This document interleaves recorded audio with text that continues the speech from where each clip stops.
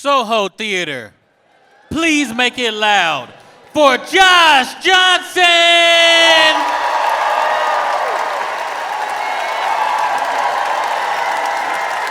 I don't know if I'm the only one who cares, but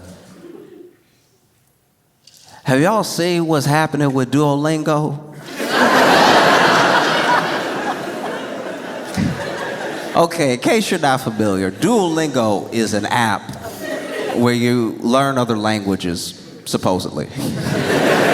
It's basically this app where they gamify learning another language through like quizzes and little mini games, little mini quests and stuff. And I'm not gonna say it doesn't work, but everybody I know that uses Duolingo still speaks English to me. Just throwing that out there. And you know, over time it was getting more expensive, and over time there would be mistakes that were in the games and in the programs, which were kind of, I don't know how you would put it, but basically it was kind of forgivable because you felt like you were getting that real-time help through a person, you know? So then a person would see through comments, oh, this is messed up, oh, let me fix it, it actually should have been like this. And you were really getting like a sort of language learning community going under Duolingo, which is the point, you would think, to learn a new language, to talk to more people. It'd be kind of weird to learn a language just to be like, I did it.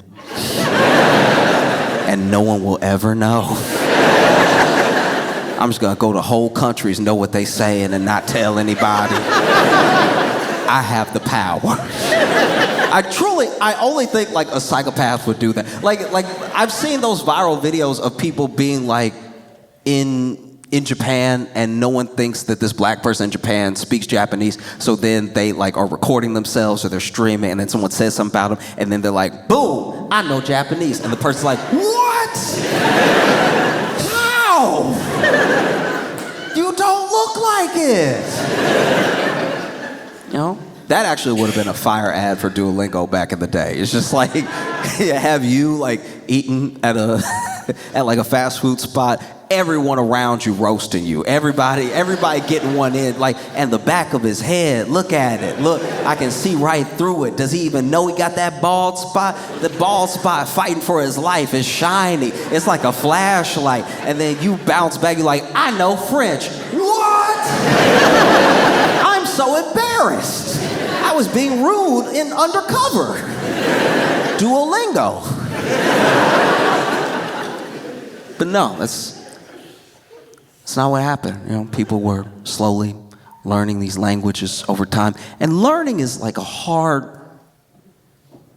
it's a hard way to describe it because it's not as if the language was fully being taught. It's not like the same thing as sitting in a class being taught the tenses, being taught the situations to say certain things versus other things. It's more just like, did you spell we right?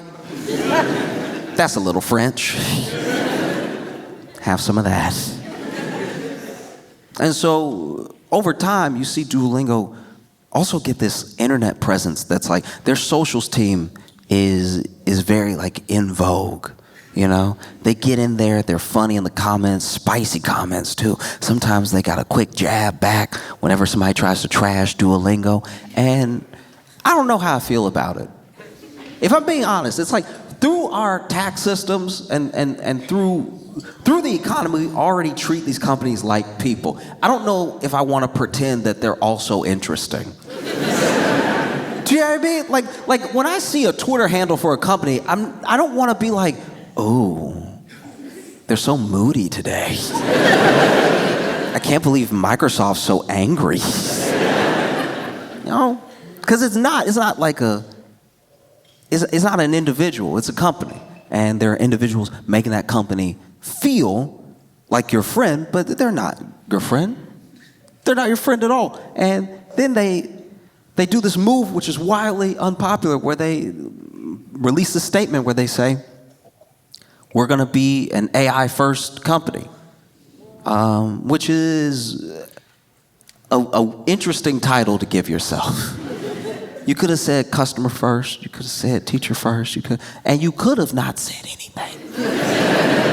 Because people were already noticing, they were like, I think there's like less people working there now. I feel like some of my answers don't get answered in the right way. Some of the lessons even feel a bit like Chat GPT-ish, you know?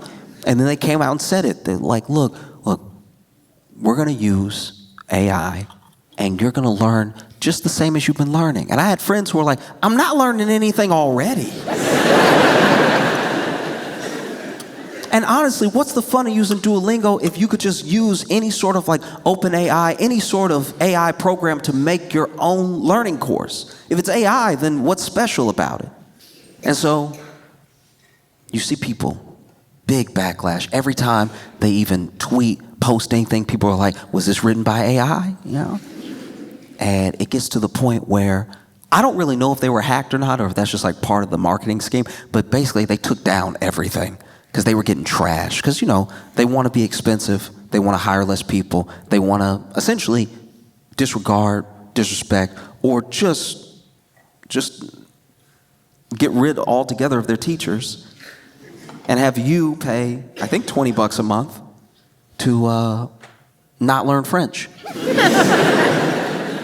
And so people were rightfully upset. And so they take everything down, and then they post it again, and they post it as the is it a frog? I mean, I think it's a bird. It's an owl?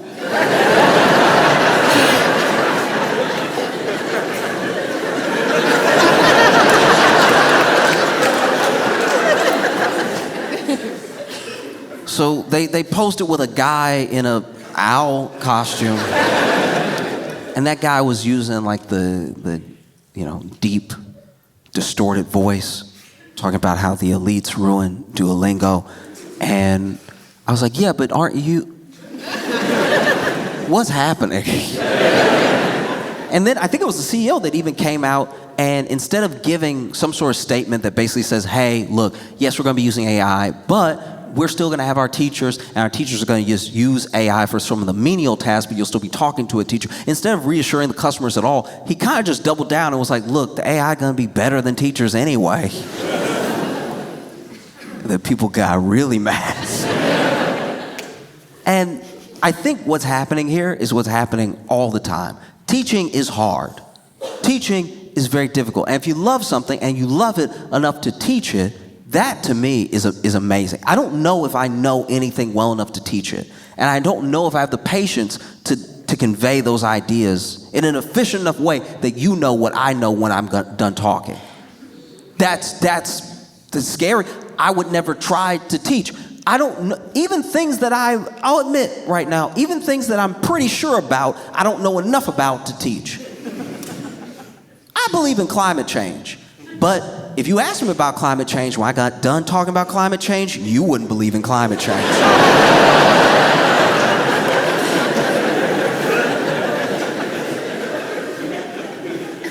When I got done talking, you'd be like, everything he said sound made up.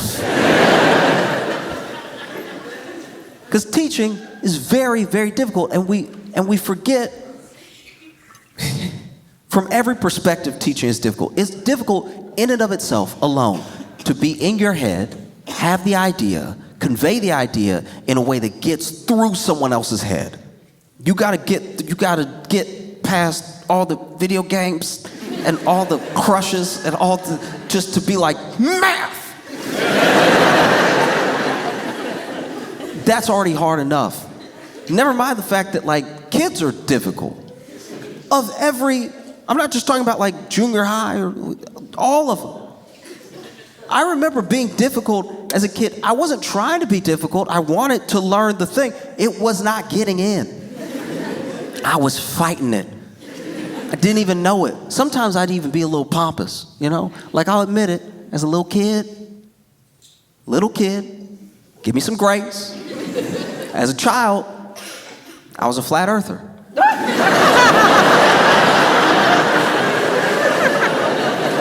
When I was little, I was a flat earther because, you know, my teacher tried to teach me about the globe and all the countries around the globe and stuff like that, and how the earth was round. And I was like, Just gonna throw this out there for you.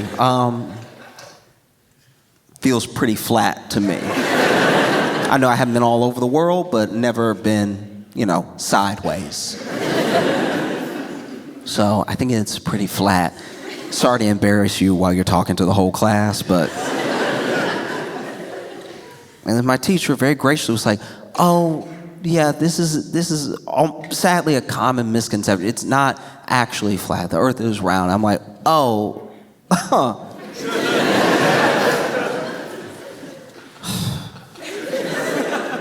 Not to contradict you, ma'am, but if the earth is round, why are all the maps flat?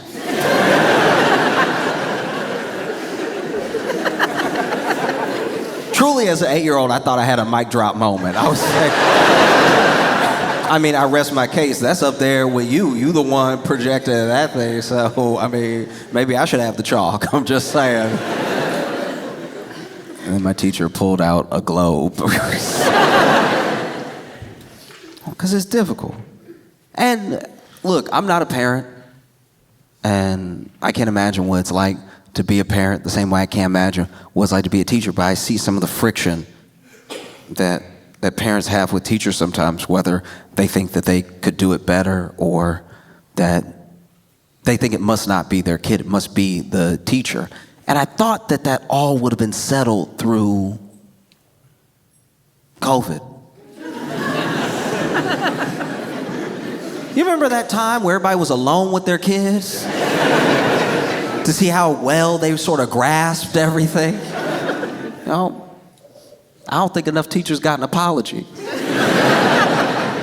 I feel like 2021, you should show up to your kid's school and be like, I didn't know he just wouldn't take the words in. Like, I really thought it was you this entire time, but nah, he hates science. That's his kryptonite.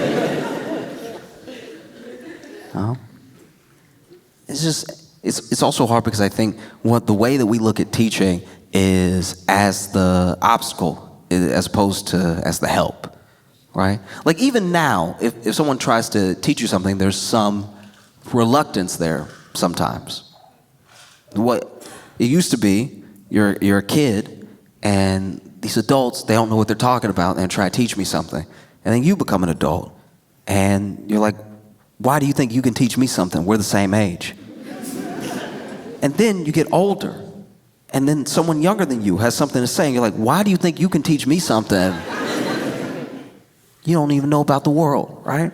So I think that a lot of people, myself included, sometimes have a reluctance to learning in general, especially because there's a sort of like hubris around getting an idea. When you get an idea, you feel like you got it. I snatch that, It's like when people say that they're self-taught, but then they tell you how they taught themselves. No, I went to my friend's house. He built a whole deck. And I was like, that's incredible. I didn't know you did construction. He's like, I don't. I was like, how'd you build a deck? He's like, self-taught. And I was like, how did you teach yourself to build a deck? And he's like, I just watched this guy on YouTube for like 75 hours or whatever. I had to watch some of the videos over and over again because I was scared I was going to mess up my cuts and everything. But then I got it, yeah. Then he taught you. That's not self-taught at all. 75 hours of listening to some other dude talk, he might as well have been here.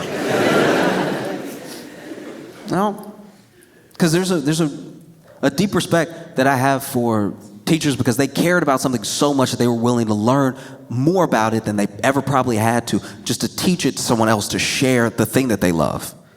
My math teacher loved math so much that she went to more school for math, and then she came back, got a teaching degree, and then came back and taught a lower math than she understands. She has to dumb down math every day just to bring it to me, and just to try to give me some math.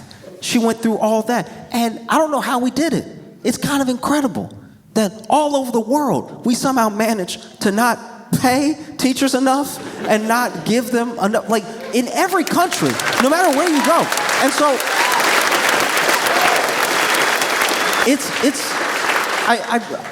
I bring it up because I think that I'm not a teacher, but I think the thing that teachers fall in love with is like that light bulb. Watching someone get something that you understand, that you're giving to them, and then it clicks. And they're like, oh, whether they're a little kid, little bitty kid. I remember a teacher at school is who really taught me how to tie my shoes. Like really put it together for me in my head. Obviously, my grandma tied my shoes and would show me how to do it while she was doing it. My mom would tie my shoes. My dad would tie my shoes. But she was the one that was like, no, we're going to practice. I'm just going to tie it.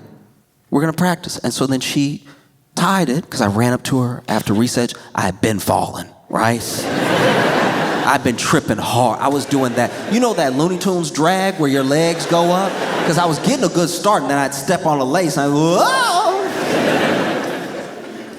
And so, ran up to her. I was like, hey, can you help me tie my shoes? Just both, laces couldn't be further from my feet. Just, can you help me tie my shoes?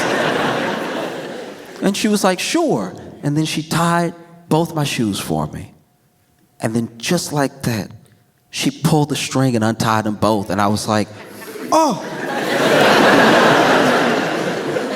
I'd never been betrayed before. It's like, oh, why would you, what's wrong with it? And she was like, no, I've tied your shoes a couple days in a row. And I'm not gonna tie them anymore. We're gonna tie them together. And so for the rest of recess, sat down, tied my shoes over and over again until the last time I tied them and I didn't even notice it. And then for the rest of the time I was in elementary school, every time she saw me, shoes tied, she saw that light bulb go off. Oh.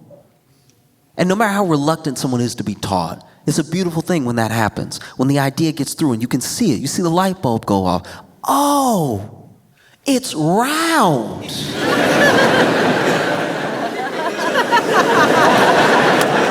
Who would have thought? You know? And so, I don't know what it's like. I see this move in Duolingo towards AI, and that move towards AI is not to give you, the consumer, a better product. It's not to help the actual teachers who are passionate about people learning other languages so they can make new friends or have new experiences or just open their minds up to how big the world really is. When you understand language and you understand how many different ways there are to say something specifically and how few ways there are to say something very unique, you have an appreciation for communication, right? And that's not what Duolingo is looking to do. They would like to make more money. And it's a business, so to be fair, more money would be nice. That's what you're supposed to do at business. No one shows up to business like, did you make any friends? But that is why they're making that move towards AI. And I see that thing happening in places that do make me worry. Like, I don't know much about the UK school system or anything. I don't know if it's good or bad or how y'all feel about it. I just know the stories that I've been seeing where there are some schools that are looking to introduce and implement AI teachers, like AI taking over the classroom. And I don't know, that really worries me because I think that you need a teacher, you need a person to watch you get it. That's part of the human experience. To watch you get it is great. Being in a classroom that's led by AI has to be like being in a driverless car. And you get in, and they tell you it's safe. They tell you it'll get you where you're going, but you get in, and, you know, maybe they programmed it to make sure it makes the light, but not to speed, you know. But you're in the back seat for some reason. I mean, I guess there's no wheel, so might as well. And you're just looking out the windshield the whole time like, okay, they say this is how you get there, but I've never gone this way before. And now you're just sitting there like, oh, I think you missed the left. Oh. Really nobody to talk to in here, so sort of talking to myself. Oh, that's a bus, that's a bus, that's a bus, that's a bus, that's a bus. Because one thing about being here that that I cannot stress enough, the way y'all's buses move.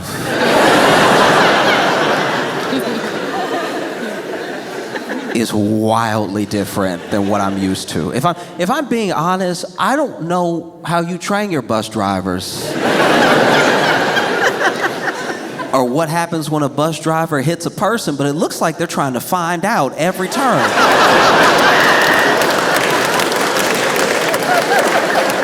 I was crossing the street to come here, and the bus driver cut the wheel so hard in front of me and looked at me the entire time.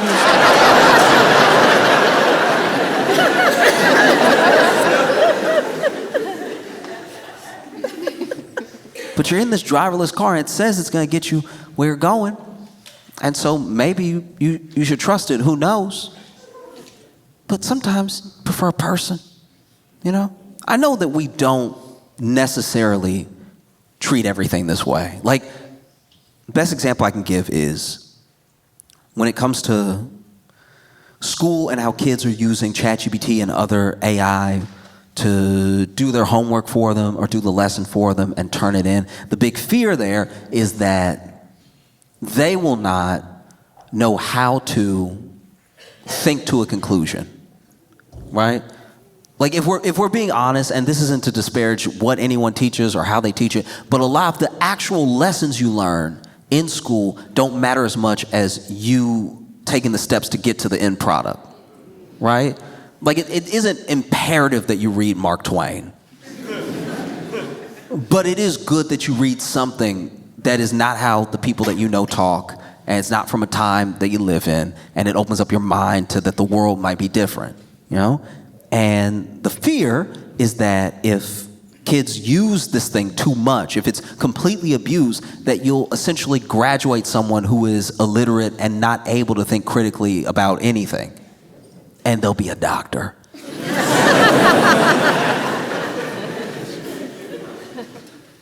And I get that. I get that fear. But you also have to look at it from the perspective of those kids, because they're essentially being told that, look, we try to teach you well so that you can go out into the world and be productive and maybe get a good job. But as far as good jobs, we're like done with those. So you're not gonna get one that's gonna go to AI. But don't use the AI to cheat. You gotta read the whole book slow so we could be impressed by how the AI reads it fast.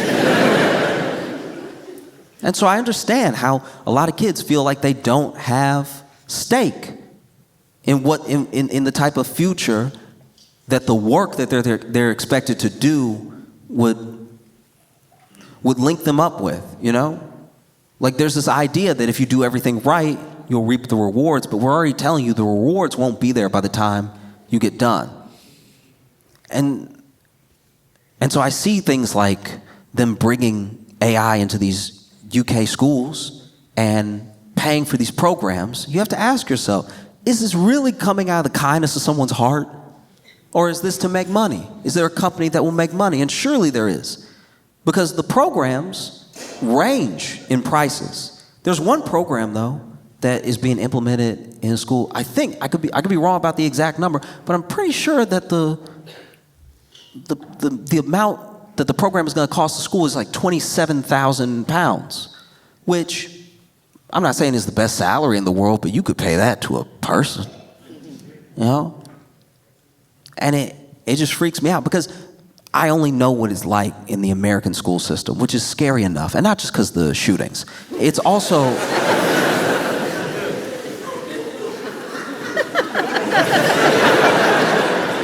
It's not because the shoot...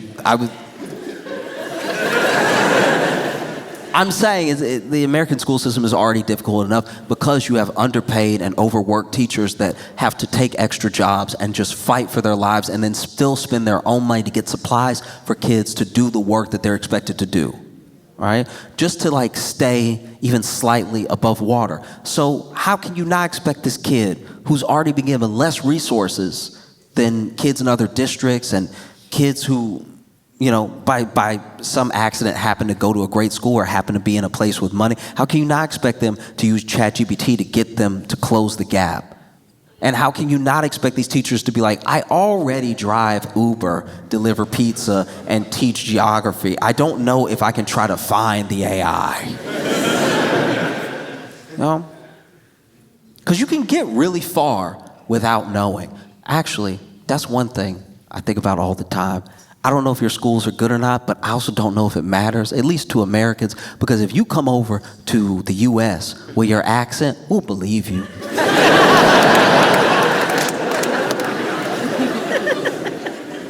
Like, people in the US fall for the British accent so hard, it's kind of unfair that we were ever number one. Like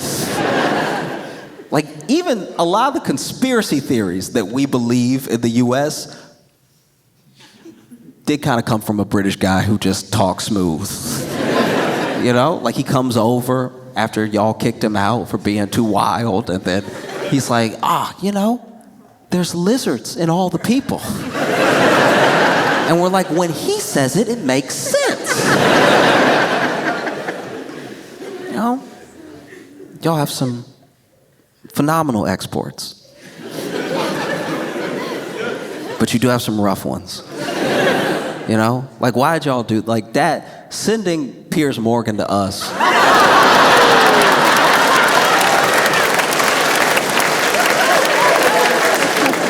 It almost constitutes an act of war.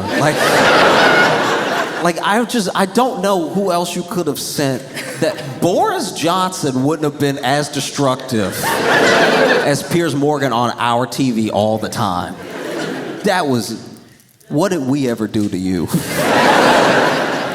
I'd like to think that the UK holds like centuries-long grudges. And I'm like, okay, all right, y'all think you cute. You think you cute, you gonna leave me. Just wait. Wait like 200 years. I'm gonna send the most annoying man that's ever lived to be on 3 of your news stations every day. No? Because it's difficult. I mean, you can get really far without knowing much. That's scary. And that's even before AI. Ask Piers Morgan. You can get so far without knowing anything. In fact, there was a teacher in the US. This blew my mind. This teacher, and look, I'd have to look it up again, but I was throwing it out there. British man. It just sort of backs up my point. This dude taught in the US for 8 years and he couldn't read.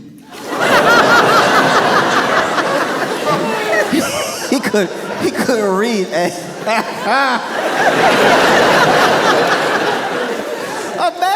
Imagine somebody failing you who can't read. Imagine you turn in your paper and they're like, I don't even know what this says, but it looked wrong. Like, this looks like garbage, man.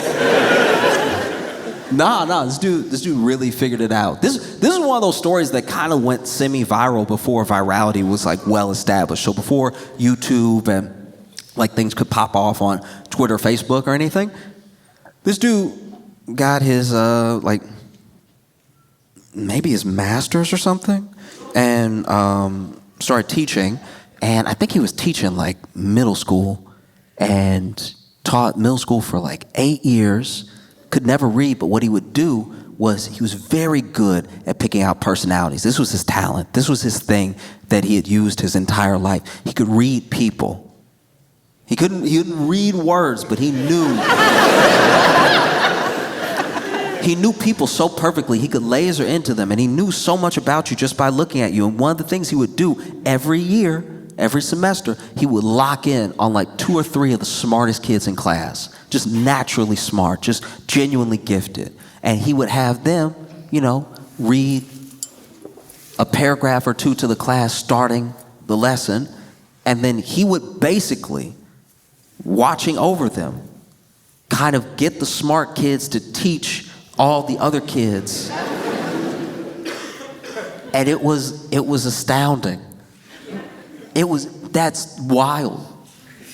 I'm sure that's what they think the AI will do. I'm sure that's what this dude would lock in, and he'd just see, okay. He'd be like, today, can you read page 11? Can you read page 12? Can you read page 13? And we'll all just take notes in our books as we go. right? As the kids would be taking notes, as the other kids were reading and everything. And one of the things that he said in his defense, he's like, show me where the kids that I taught aren't proficient in what I was teaching. You know, my methods work. And it's fitting that he was teaching middle school too, because middle schoolers are some bullies.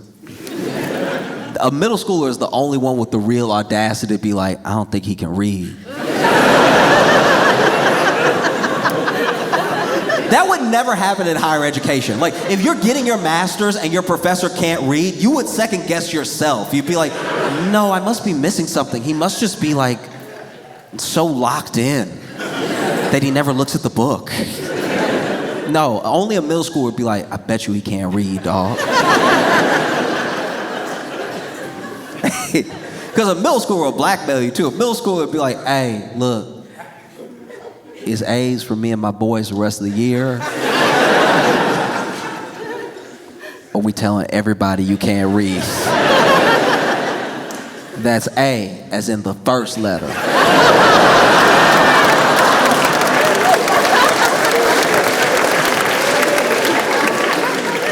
That's A, as in the first letter that you can't read, because you can't read, okay? If I even see a closed A that look like a B, I'm telling everybody.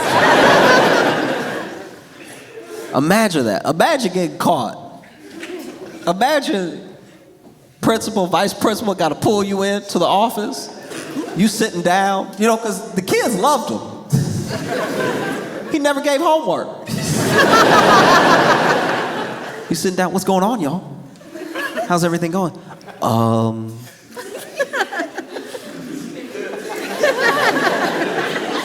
We need to talk to you about something that's a bit troubling. We are hearing, it's honestly hard to even say this out loud.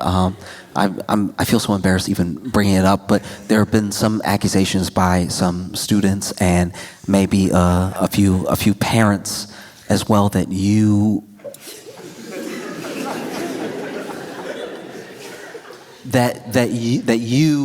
ooh. Because you gotta think about it. If you're wrong, you look so crazy as the principal. If you're wrong, you look like you believe everything you've ever been told in your life. If you're a principal that drags a teacher into a room to be like, can you read? Like, you hired me. Like, can I read? Principal sitting them down. Okay, look, so there have been some concerns and some accusations by some students and some parents that your literacy is not in the room with us.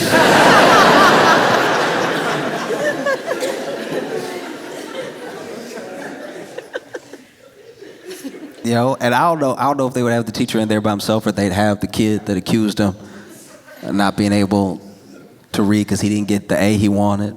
Maybe he's sitting there. Teacher, this is preposterous. You know, words you say when you don't know how to spell it. This is preposterous. Me not be able to read. What how dare you? How absolutely dare you? Kid sitting there. Make him read something.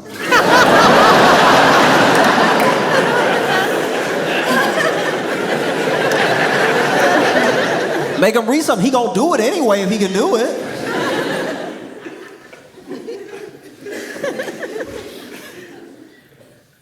They try to get him to sign his resignation letters. They're like, can you read it? I'm not even gonna dignify that with a response. Kid sitting there, that means no.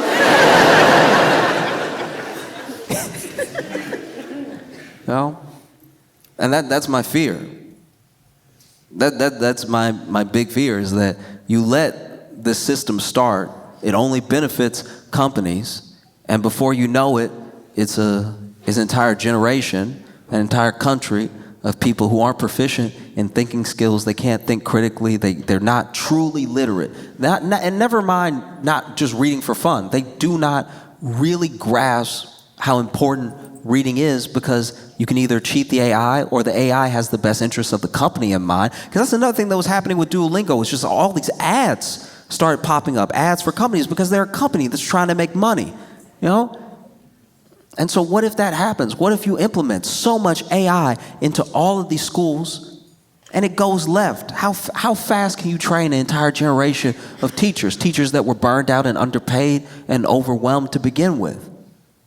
You know?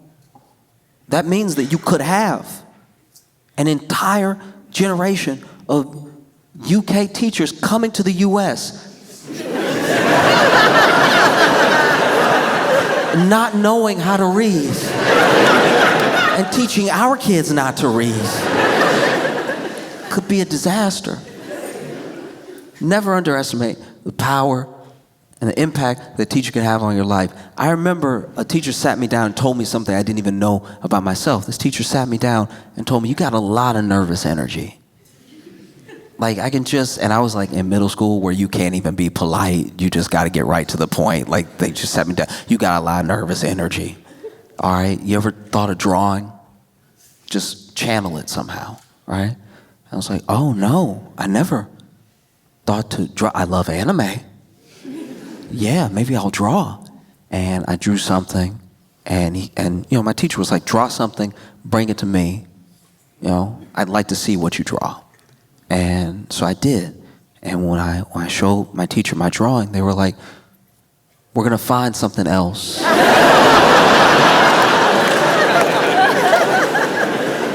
For you to do with your energy. All right.